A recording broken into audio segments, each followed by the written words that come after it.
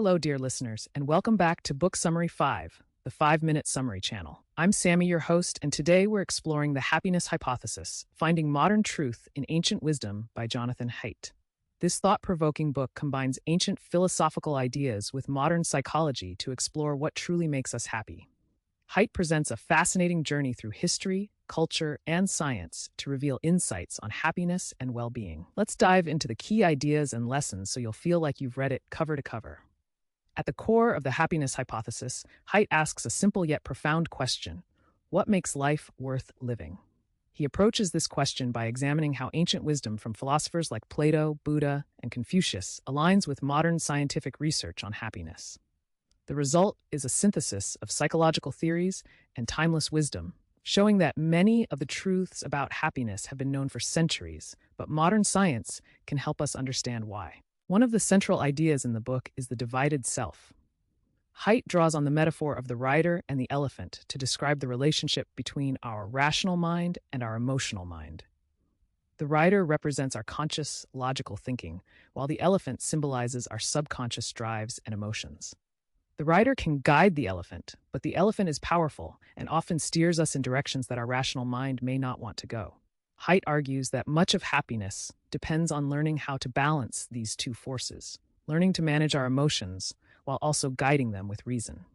Another important theme in the book is the role of relationships in happiness. Haidt emphasizes that humans are deeply social creatures, and our well-being is closely tied to the quality of our relationships. Whether it's family, friendships, or romantic partnerships, the bonds we form with others are critical for our emotional health. Haidt explains that supportive relationships provide us with love, security, and a sense of belonging, all of which are key components of happiness. He highlights that social isolation or toxic relationships can significantly undermine our well-being, while strong connections can enhance our overall life satisfaction. Haidt also explores the concept of virtue and meaning in happiness. Drawing from Aristotle's philosophy of eudaimonia, Haidt explains that true happiness comes not just from pleasure or material wealth, but from living a life of purpose and virtue. He argues that people who find meaning in their lives, whether through their work, relationships, or personal beliefs, tend to experience deeper, more lasting happiness. This idea is supported by modern psychology, which shows that people who feel they have a sense of purpose are more resilient in the face of adversity and more satisfied with their lives. One of the most fascinating chapters in the book examines the pursuit of happiness through external circumstances versus internal states. Haidt argues that while many people believe that happiness comes from external success, such as wealth, status, or physical appearance, this kind of happiness is often fleeting. Instead, he suggests that cultivating internal qualities like gratitude, mindfulness, and resilience leads to more sustainable happiness. He presents research showing that while external factors can influence happiness to some degree, internal states play a much larger role in determining long-term well-being.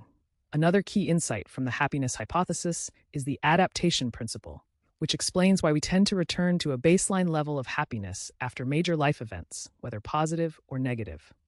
Haidt explains that humans are remarkably adaptable, and our emotions naturally level out after big changes, such as getting a promotion or experiencing a setback. This adaptation can make it difficult to achieve lasting happiness through external achievements alone, which is why focusing on internal growth and self-development is so important.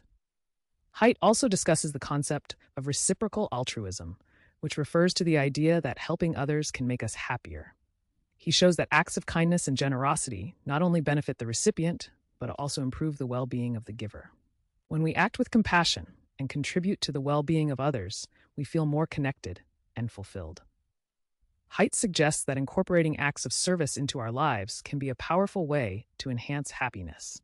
In the final chapters, Haidt addresses the importance of balance in achieving happiness. He explains that happiness is not about eliminating negative emotions or striving for constant joy, but about finding balance and harmony in life. This means accepting the natural ebb and flow of emotions and learning to cultivate positive states without becoming overly attached to them. Haidt encourages readers to embrace both the joys and challenges of life, recognizing that happiness often comes from learning how to navigate difficulties with grace and resilience. In summary, The Happiness Hypothesis by Jonathan Haidt offers a compelling exploration of happiness by blending ancient wisdom with modern psychological research. Through the lens of philosophy and science, Haidt shows that happiness is not just about pleasure or external success, but about cultivating meaningful relationships, balancing emotion and reason, and finding purpose in life. Whether you're seeking personal growth or a deeper understanding of happiness, this book provides valuable insights for living a more fulfilled and contented life. Thank you for tuning in to Book Summary 5. If you enjoyed this summary, please subscribe, like, and share it with your friends. Until next time, happy reading.